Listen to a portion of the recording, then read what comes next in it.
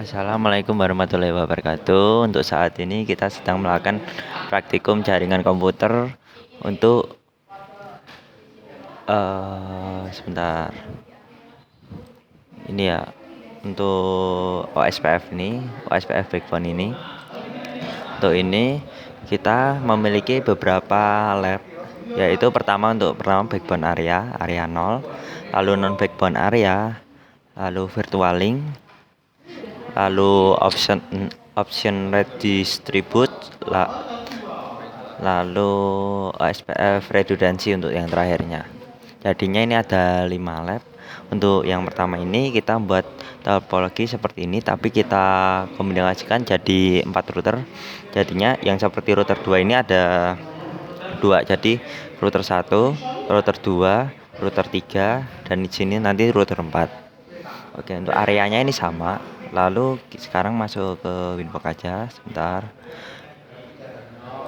Untuk pertama kita masuk ke IP address. Lalu di sini maaf, sebelumnya itu kita buat dulu di bridge, lalu loopback. Ini kita buat loopback. Name-nya ini terserah sih sebenarnya, tapi lebih paham ajanya nanti dikasih name-nya loopback aja. Kita buat interface loopback-nya. Selanjutnya kita, karena saya di router 3, kita untuk addressnya 3333 sebagai IP loopback-nya, lalu 192.168.41 sebagai ether 5 alias PC saya nanti, lalu 30.30.31 ether 3 itu ke belakang alias ke router keempat. Lalu untuk router 2 ether 2 ini ke router 2. Untuk ether 1 ini sebenarnya untuk internet saya sendiri. Untuk percobaan ini saya tidak menggunakan testing menggunakan internet ini. Oke, setelah itu untuk ini kita sampingkan aja, soalnya nanti dipakai untuk pas routing OSPF ini. Untuk pertama ini kalian bisa menambahkan semua areanya. Pertama kalian buat backbone semua aja dulu. Jadinya ini untuk pertama ini kan 333. Ini sama-sama kayak ini ya. Di address listnya kalian masukkan semua.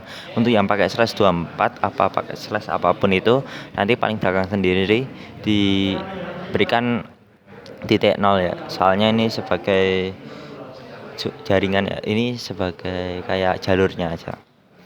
Lalu setelah itu saja kalian masukkan aja IP loopback kalian. Kalau tempat ini 3333. Untuk setelah itu biasanya di interface otomatis terbuat ya. Lalu selanjutnya ke areas, OSPF area ini kita buat yang ini dulu. Untuk name-nya area 0, soalnya di topologi di sini mintanya juga area 0.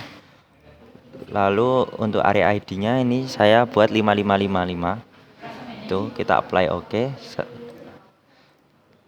Lalu setelah itu kalian tuh kalau sudah buat ini dua ini, nah, berarti kalian bisa lihat di sini untuk interface-nya yang kita buat menggunakan area 0 itu ada 2.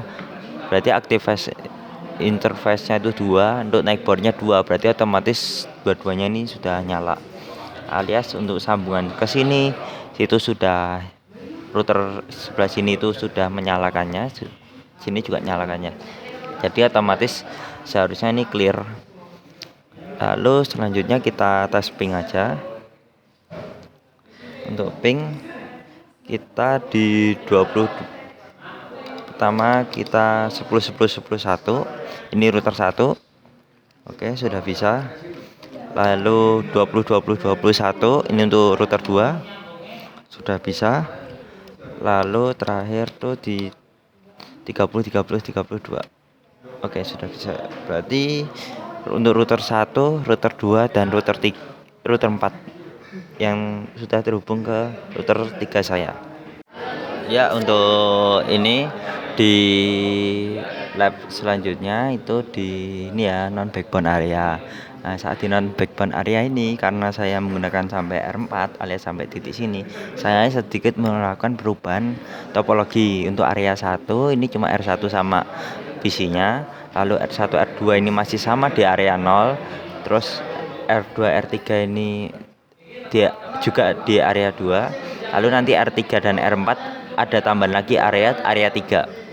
Nah, jadinya nanti di area 3 itu ada R3 juga sama R4 dan PC R4.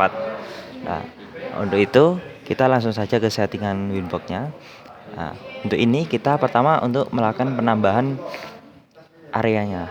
Nah, kan area 0 yang untuk lab pertama kita abaikan aja. Nah, kita buat area ini sebenarnya cukup tambah ini.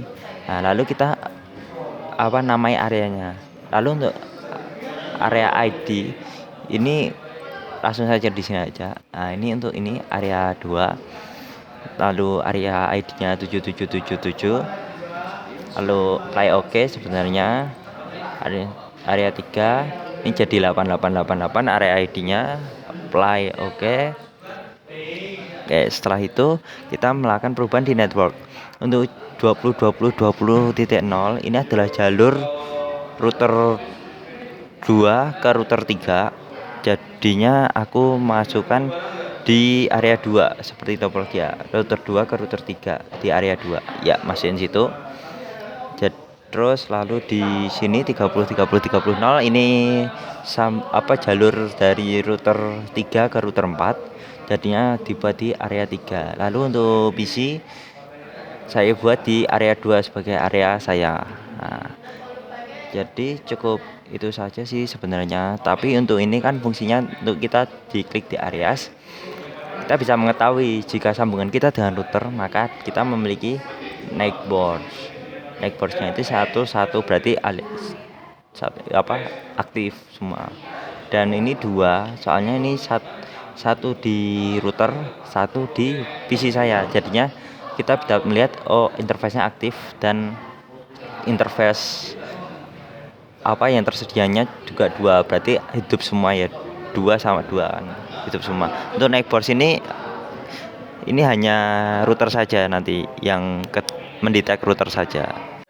Oke, untuk yang lab 3 ini virtualing. Untuk virtualing ini di sini cuma penambahan untuk penyambungan area saja ya.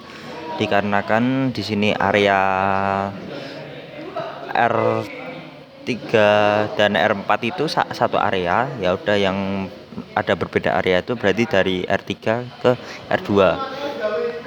Yang dimana R2 itu sampai ke backbone alias area 0, sementara di area R3 itu cuma di area 3 dan area 2. Jadi kita perlu membuat jembatan untuk penyeberangan area 2-nya untuk area 3. Untuk itu sebenarnya cukup melakukan di virtualing ini, kalian add aja. Untuk Nightboard ID-nya itu kita masukkan ke loopback R2. Untuk itu sini ada datanya, ini R2 kan 2222. Untuk transit areanya area 2. Nah, sebenarnya cukup ini saja. Untuk pengujian ini karena threshold itu lama, jadinya saya sudah menyiapkan bahannya ini. Kalau sempurna dan alias terdapat virtualing itu, maka hasilnya tracernya seperti ini, mulus ya. Di 192.168.41 itu router saya, 20.20.21 itu router 2, 11.11.1 itu router 1, dan ini PC router 1. Berbeda jika router 2 itu mematikan virtualingnya ke router saya, maka hasilnya akan seperti ini.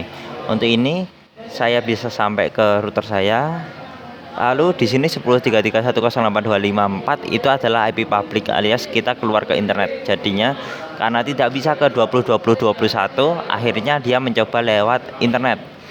Lalu 172.16.30.254 ini saya kurang tahu ini apa, tapi ini langsung ke gateway UGM alias dia sudah keluar tapi tidak dapat menemukan IP dari 192.168.10.2, soalnya R1 tidak terhubung ke internet, alhasil tidak dapat masuk dari luar.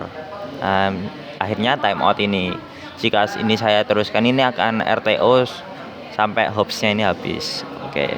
Oke, untuk lab 4 ini kita akan merubah ini ya, lebih banyaknya ini di root listnya ya, permainannya. Untuk ini perlu perubahan di bagian sini. Seharusnya kan jika saya di router 3, nanti jika R2 melakukan perubahan seperti perubahan option redistribute as type 2 or as type 1, ini nanti akan perubahan di sini. Untuk itu kita akan langsung mencobanya di sini aja, di roots. Lalu ini kalau yang ini biru ini X1110 external type 1 distanya 110 ini saat si router 2 melakukan perubahan di routing OSPF di sini, di always as type 1 ini akan perubahannya. Nih, jika saya as type 1 sama-sama as type 1, maka di sini tidak ada, akan menghilangkan yang biru tadi. Tapi jika kita di as type 2 masih sama ya. Jadinya jika saya tidak melakukan perubahan ke as type 1 as type 2, itu tadi yang biru tadi akan keluar. Oke, untuk lab terakhir ini OSPF redundancy ini hanya melakukan perubahan topologi. Dari sebelumnya itu topologi bus, ini menjadi topologi ring. Jadinya di masing-masing router awal dan terakhir ini dapat tersambung dengan sebuah jalur yang baru. Lalu saya akan jelaskan saja, soalnya saya ada di pertengahan. Jadinya ini pada di router 1 atau router 4 ini cuma perlu menambahkan sebuah IP yang baru dengan interface yang baru saja ditambahkan. Lalu setelah itu juga jangan lupa menambahkan juga di OSPF-nya. Setelah itu kita sebenarnya dapat melihatnya di tracer ini. Tapi karena saya itu di router 3, jalur ke router 1 itu jadi sama saja. Jadinya nanti kita dapat melewati router yang dari router 4 ke router 1 sebenarnya gitu. Tapi karena sedikit ribet ya, intinya begitu saja. Oke, sebenarnya cukup itu saja. Sekian dari saya. Wassalamualaikum warahmatullahi wabarakatuh.